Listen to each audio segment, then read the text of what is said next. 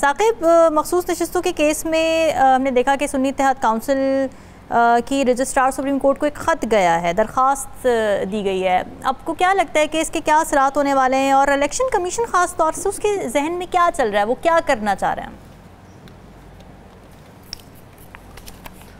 अच्छा, election commission जो है वो 2 रोज़ कबल इलेक्शन कमीशन ने एक प्रेस रिलीज जारी की और अपने आप को क्लियर किया। उन्होंने कहा कि हम तो बड़े शफाफ इलेक्शंस हमने करवाए हैं, हम किसी पार्टी की या सियासी जमात की साइड नहीं लेते और हम पर बेबुनियाद इल्ज़ामात जो है वो लगाए गए।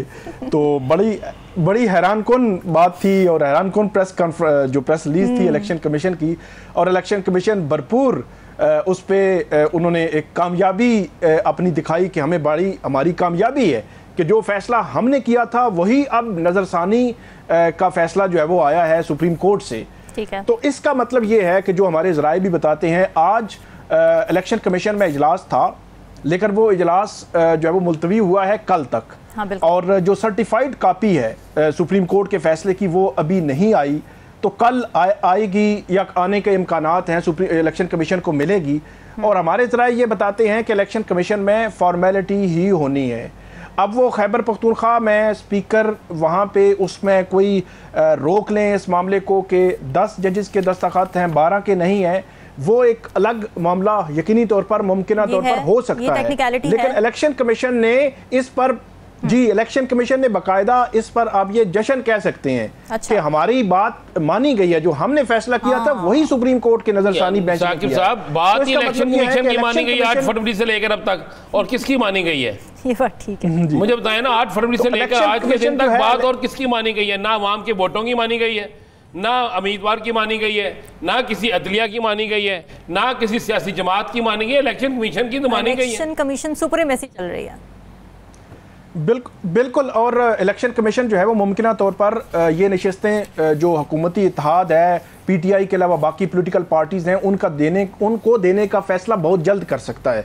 अब बात आई कि सुप्रीम कोर्ट में सुन्नी इत्तेहाद काउंसिल ने एक दरखास्त दायर की है और फिर सलमान अकरम राजा और कंवल शौजब ने रजिस्ट्रार को एक खत भी लिखा है। 2 काम हुए और उसमें सिंपल बात वो कर रहे हैं, सादा सी और बड़ी रीजनेबल बात है कि 10 बेंच था, 13 जजेस का एक रिक्यूज करके तो 12 बच गए, तो 12 जजेस के दस्तखत उस जो है वो judgement order of the day जिसको कहते हैं उस पर होने चाहिए। तो 10 जजेस के दस्तखत हैं, तो वो उन्होंने कहा है कि हमें 12 जजेस के दस्तखत वाला ऑर्डर जो है वो दे दें। और वो ऑर्डर इस वक्त जब हम बात कर रहे हैं इस वक्त तक नहीं मिला सुन्नी इत्तेहाद काउंसिल को और पीटीआई को। आपको ये बता दूं कि इससे आखिरी दिन तक नहीं मिलना, किसी को भी नहीं मिलना। जस्टिस आयशा मलिक और जस्टिस अकील अब्बासी जस्टिस आयशा मलिक और जस्टिस अकील अब्बासी जो पहले दिन ही जिन्होंने ये नजरसानी की दरखास्तें खारिज कर दी थी, उन्होंने ये करार दिया था कि हमारा वोट काउंट नहीं होगा फाइनल में, लेकिन बेंच ने करार दिया था कि नहीं, उनका वोट काउंट होगा। तो ये एक लाइन है जिस लाइन में 2 किस्म की आरा हैं, 2 जजेस की और राय है, 10 जजेस की और राय है। तो बज़ाहिर ऐसा ही लगता है कि ये सिग्नेचर वाला मामला एक फड्डे की शक्ल भी मुमकिन तौर पर इख्तियार कर सकता है और उसके असरात फिर देखने होंगे कि केपी के या इलेक्शन कमीशन का उस पर क्या रद्द-ए-अमल होगा। माजी में हमने देखा कि 12 जुलाई को जब फैसला आया था तो उस वक्त जो इलेक्शन कमीशन का मौक़िफ़ था वही हुकूमत का था और उन्होंने 12 जुलाई के फैसले पर यह 27 जून तक अमल नहीं किया। लेकिन अब क्योंकि इलेक्शन कमीशन उसको अपनी कामयाबी कह रहा है तो अब ये बज़ाहिर अमल करेंगे। मरकज की हद तक और पंजाब की हद तक और सिंध की हद तक इन पर अमल हो जाएगा अगर सुप्रीम कोर्ट की जानिब से कोई इंटरवेंशन कोई चीज ना आई। लेकिन खैबर पख्तूनख्वा की हद तक होगा या नहीं होगा, ये राना साहब ने ठीक पॉइंट आउट किया कि वहाँ मसला होगा। सिचुएशन ये है कि पीटीआई के लिए कुछ मुश्किलात हमें बढ़ती हुई नज़र आ रही हैं। एक तरफ हम देख रहे हैं कि मखसूस सीटें उनसे छिन गई हैं सुप्रीम कोर्ट के फैसले के बाद, और फिर दूसरी तरफ हम देख रहे हैं कि वफाक में जो हुकूमत की जानिब हम देख रहे हैं कि अक्सरियत अब बढ़ती जा रही है और पीटीआई कुछ दीवार से लगती हुई नज़र आ रही है। फिर केपी के अंदर भी मुख्तलिफ अफवाहें घूम रही हैं कि केपी असम्बली में शायद तहरीक अदम एतमाद आ जाए। फिर ये भी बातें चल रही हैं कि वोट तोड़ने की कोशिश की जा रही है, पीपल्स पार्टी भी मुतहर्रिक है। तो PTI का मौक़िफ़ जान लेते हैं। इसके अलावा जो एक अहम प्रॉब्लम चल रही है पंजाब असम्बली में भी PTI के लिए 26 अरकान मुअत्तल कर दिए गए अपोजिशन के, और स्टैंडिंग कमेटीज़ थी 13 जिसकी चेयरमैनशिप थी अपोजिशन के पास, वो भी ले ली गई है। तो ये जो भारी वक्त चल रहा है इस वक्त PTI पे, वैसे तो काफ़ी अरसे से चल रहा है ज़ाहिर है, लेकिन अभी इस वक्त रिसेंट सिचुएशन पर हम बात कर लेते हैं। रऊफ हसन साहब में ज्वाइन कर चुके हैं, सरबराह थिंक टैंक PTI हैं। सर बहुत शुक्रिया आपके वक्त का। हसन साहब, ये मुश्किलात जो अभी रिसेंटली पड़ी हैं एक दफ़ा सर पर, क्या स्ट्रैटेजी है अब इस वक्त PTI की? क्या आपको लग रहा है कि कोई रास्ता है, कोई उम्मीद की किरण फिर भी दिख रही है despite of all the odds? बहुत शुक्रिया, बहुत मेहरबानी जी। उम्मीद की किरण तो हमेशा रहती है, क्योंकि मैं तो उन ऑप्टिमिस्ट्स में से हूँ जो कभी डिस्पॉन्डेंट नहीं होते। बुरे से बुरे वक्त में भी हमें रोशनी का इंतजार करना चाहिए और रोशनी को देखने की कोशिश करनी चाहिए। और आपने कहा है कि जो और मुश्किलात PTI के लिए क्रिएट हो रही हैं, शायद न्यूमेरिकल स्ट्रेंथ में हो रही हो, लेकिन प्रॉब्लम यह है कि पिछले 3 साल से हमने क्या वो जुल्म है, क्या वो जबर है जो कि बर्दाश्त नहीं किया। उसके बावजूद हम कायम हैं, PTI मौजूद है।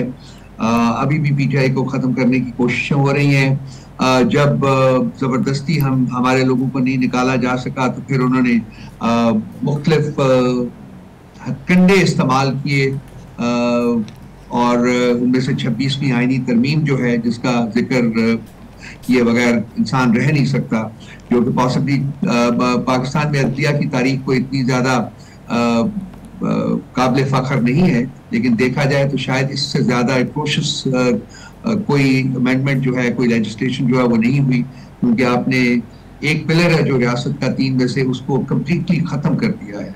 और आज जजेस जो हैं वो हुकूमत के अपॉइंटेड हैं, जुडिशल कमीशन में उनकी न्यूमेरिकल स्ट्रेंथ है, वो अपनी पसंद के जजेस अपॉइंट करते हैं और अपनी पसंद के जजेस से अपनी पसंद के फैसले लेते हैं। तो ये ठीक है, इस हद तक मैं एग्री करूंगा आपके साथ कि अब इस जुडिशरी की मौजूदगी में शायद उम्मीद जो है वो फर्दर कम हुई है, लेकिन उम्मीद खत्म नहीं हुई।